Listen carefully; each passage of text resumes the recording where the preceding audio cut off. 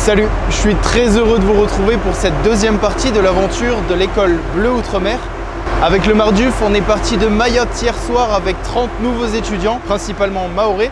Ils viennent des sciences, des arts ou des métiers du maritime et sont à bord pour suivre la campagne Mayobs 23. C'est quoi Mayobs 23? En 2019, lors d'une campagne océanographique tout à fait classique à bord du Marion Dufresne, les scientifiques ont découvert au large de Mayotte un volcan sous-marin. La lumière du soleil qui vient sur mon visage, ça fait un effet dramatique, j'adore ça. Depuis, les campagnes Mayobs se succèdent et s'enchaînent dans le but de surveiller et récolter des données sur la sismicité toujours active de ce volcan. Pour ce faire, les scientifiques utilisent des outils que vous connaissez déjà comme le Scampi, la drague à roche, le sondeur multifaisceau ou la CTD, mais ils utilisent aussi du matériel spécifique à ce genre d'opération comme la UV, le capteur OBS ou le capteur A0A ou des hydrophones. Si vous n'avez rien compris à ce que je viens de dire, c'est normal. J'essaierai de vous présenter ça dans les prochains épisodes. On commence ce leg 2 avec une drague à roche qu'on va déployer sur le volcan sous-marin à 50 km du récif de Mayotte. Mais avant ça, on va rejoindre Stéphane Jory, géologue à l'Ifremer et chef de mission de ce Mayobs 23. Moi, ce qui est assez fou, c'est que j'ai participé à la première quand on a découvert le volcan en 2019. Donc ça a été vraiment un moment important en fait, et puis je dirais une expérience professionnelle et personnelle assez incroyable. Il faut bien se rendre compte que c'est un volcan qui est sorti en une année. Quand on était au mois de mai 2019, ça fait un an qu'il était en éruption à peu près. Et il avait déjà émis pratiquement même plus de 5 km3 de lave, ce qui est relativement conséquent. Donc ça, c'est un phénomène extrêmement rare. Alors après, ça se passe à 3600 mètres de profondeur. Il est à 50 km au large de Mayotte. Voilà, c'est ça, c'est essentiellement surveiller, récolter des données et on va dire faire des diagnostics. Et on essaye en fait de donner aussi des éléments de réponse déjà aux habitants de Mayotte et puis aussi à la préfecture qui gère un petit peu la mise en place des risques autour de Mayotte. Et donc on continue à faire des investigations, donc à la fois de voir est-ce qu'il a changé un petit peu de morphologie, donc est-ce qu'il a continué son activité, et puis on continue à déployer des instruments autour pour essayer de surveiller un petit peu ce qui se passe en termes de sismicité, de chimie dans la colonne d'eau, etc. Ici, cette campagne de surveillance, elle était programmée depuis l'an dernier et on a décidé de la fusionner en fait, avec le projet École Bleu Outre-mer, ce qui nous permet en fait, d'accueillir beaucoup d'étudiants, essentiellement des mahorais. Ce que je trouve pertinent, c'est de pouvoir en fait, déjà leur faire découvrir comment se passe une campagne scientifique autour de chez eux, montrer ce qu'on peut y acquérir et puis essayer de les sensibiliser un petit peu à ce qu'on observe parce que je pense que pour eux, la découverte de ce volcan, ça a toujours été un petit peu un mystère. Et donc de vivre avec nous tout ce qu'on peut entreprendre en termes de surveillance et essayer de comprendre toutes les manifestations qu'on a parfois à plusieurs milliers de mètres de profondeur. Je trouve que pour eux, c'est assez extraordinaire d'avoir accès à ces informations. Je pense qu'une des grosses attentes de cette école, c'est qu'effectivement, il y ait cette activité de médiation de leur part. Et ce qui est assez extraordinaire, c'est qu'on a des étudiants en sciences, en arts, en métiers maritimes. Et que donc cette médiation, elle pourrait être entreprise de manière extrêmement large finalement.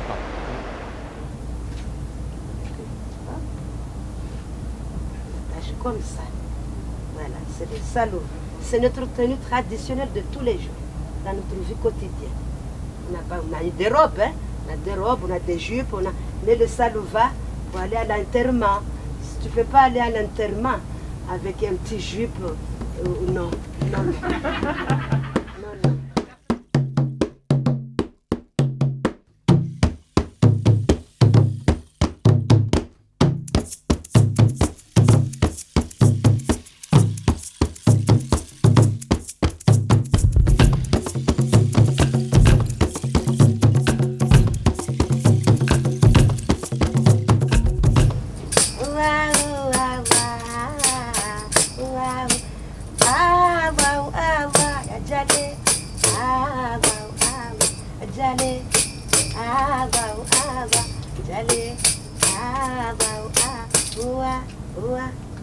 Là, je suis en manip mammifère, observation mammifères marins.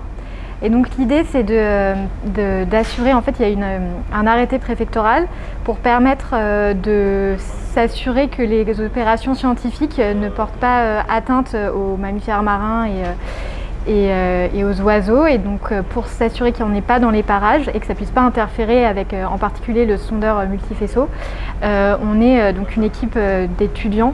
On travaille par groupe, donc sur chaque demi-journée. Et on est répartis donc sur des créneaux de 2 heures pour vérifier à la fois à tribord et à bâbord qu'il n'y a pas de baleines ou de dauphins, ou en tout cas que s'il y en a, ils soient à une distance de plus de 50 mètres et qu'ils s'éloignent pour pas interférer avec le bateau. Hier, il se trouve qu'on a trouvé l'équipe a vu des dauphins à Longbec. Donc c'était la première observation depuis qu'on a commencé il y a quelques jours. Et moi, j'ai pas encore eu la chance de voir ni des dauphins ni des baleines, mais on a spoté pas mal d'oiseaux. Et on espère, comme la saison des baleines a visiblement commencé aux alentours, peut-être en voir dans les prochains jours.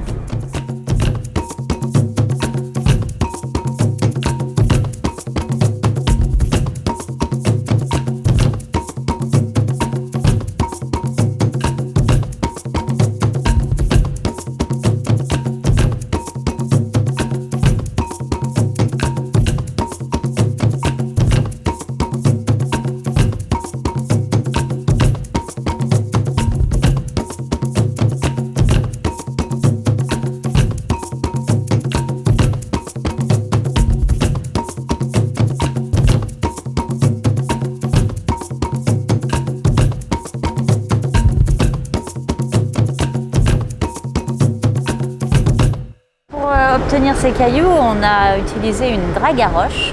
Donc c'est un gros filet en fer qu'on va traîner sur le fond et puis les cailloux vont rentrer dans ce filet. Ces cailloux, ils arrivent d'une ride volcanique qui est située au large de Mayotte. Donc c'est sur cette ride qu'on a actuellement le nouveau volcan. Et notre objectif à nous, c'est de comprendre comment s'est construite cette ride volcanique et par où le magma est passé entre le moment où il s'est formé et jusqu'à arriver au niveau de la surface. Donc pour l'instant, ça a l'air quand même assez récent, à maximum 30 000 ans pour l'instant. Puis après, il y a le nouveau volcan, donc là, c'est vraiment de l'actuel. Et puis ensuite, l'idée, c'est d'arriver par exemple à trouver à identifier différents réservoirs magmatiques dans lesquels le magma peut être stocké avant de reprendre sa route vers la surface. Et ces réservoirs, peut-être qu'ils peuvent être aussi suivis d'un point de vue sismique. C'est vraiment comprendre l'architecture, comprendre le passage du magma et ensuite on positionne les différents outils, les instruments de surveillance. Là, c'est clair qu'on a 1 ou 2 km d'eau qui nous séparent parfois de notre terrain. Et donc, c'est un challenge. C'est un challenge. Et en plus, avec la drague, on ne sait jamais si on prend des cailloux ou pas. Donc, on a toujours la petite surprise à l'arrivée sur le pont de savoir si on a réussi la manip. Et puis, le magma, en fait, au cours de la remontée, donc entre, par exemple, la chambre magmatique et la surface, il va parfois arracher des petits morceaux sur son passage de tout ce qui est encaissant en fait, roche encaissante. Et ça, ça va nous donner aussi des informations.